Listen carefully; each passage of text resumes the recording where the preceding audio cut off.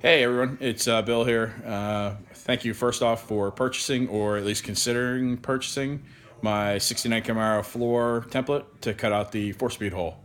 A lot of people don't cut it out right, and then your shifter will bind up, or it'll cut the boot, or whatever. You end up damaging the floor, especially if you put a brand new floor in, or you have a really nice original floor that has no cutouts in it at all. So let me show you what we have here today. This takes under 5 minutes to do, not including the cutting. But I do recommend you cut it with, something good, maybe like a panel saw if you want a really nice smooth result. Or if you want to do more of a factory style result, you can use a plasma cutter or a cutting torch with a real fine tip on it. Just a piece of trivia: the floor holes for 69 Camaro 4-speed were actually cut out at the factory using a torch. So you'll find out that no two of them are actually the same. There is a factory spec though, and that's what I've gone off of. This template is actually made from a 69 Camaro Z28 original floor. So this hole is spot on the money as to where it's going to be. All right, let me show you what we got. So today I have a cutout from an automatic car. This is a nice piece of floor that I cut out that it was the only good piece of this floor that I cut out. Anyway, it's the original automatic car. Let's assume you were going to make this into 4-speed. You take the template and you set the template down with the rounded side down. That goes into the second slot down. These holes up here would be the console bracket, and this would actually be if you had an automatic shifter. That's where the cable goes. Anyway, so you line this up. Make sure the edge of this is lined up like this. You use a straight edge. I'm just using the bezel, but either way you line it up like that so you get the right thing here, right there. Then all you do really is hold it in place and trace it.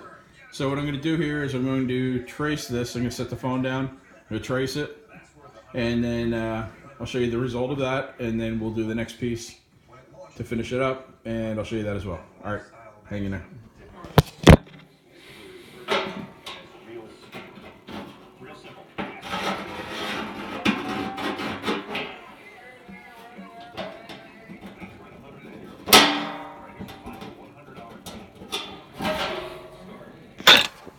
Okay, so I traced it here, and you'll see the half is traced.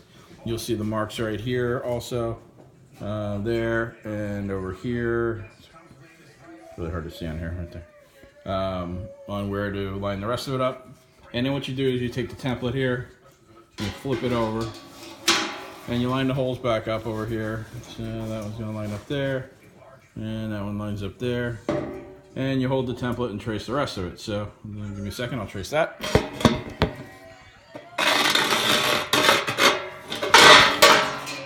All right, so now you have your spot for your hole to be cut. Then the next thing, of course, is to drill the holes. You can use my template to mark the holes if you like. There's 3 right there, 1, 2, 3, and then you would flip it around. And of course that one and that one would line up, and you would drill there. What I like to do though is after I cut the hole, I normally take the bezel and lay the bezel over, and let's just line this up here, and then use the bezel to locate the holes, because the truth is if you get a reproduction bezel, the holes might be in a slightly different spot, but you will notice that this is the spot that needs to be. It does end up looking crooked over here because the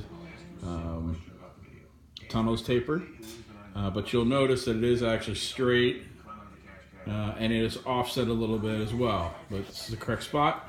It's the correct way to do it. Cut carefully around this line. Do not go to the outside of it. If you want to be a little bit fail-safe, you can actually cut on the inside of it just a little bit. And the template makes it very easy. You'll just receive the template and a link to this video in your packet.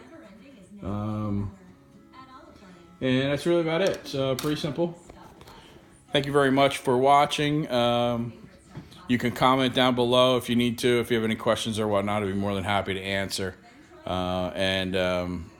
Thanks again. Have a great day.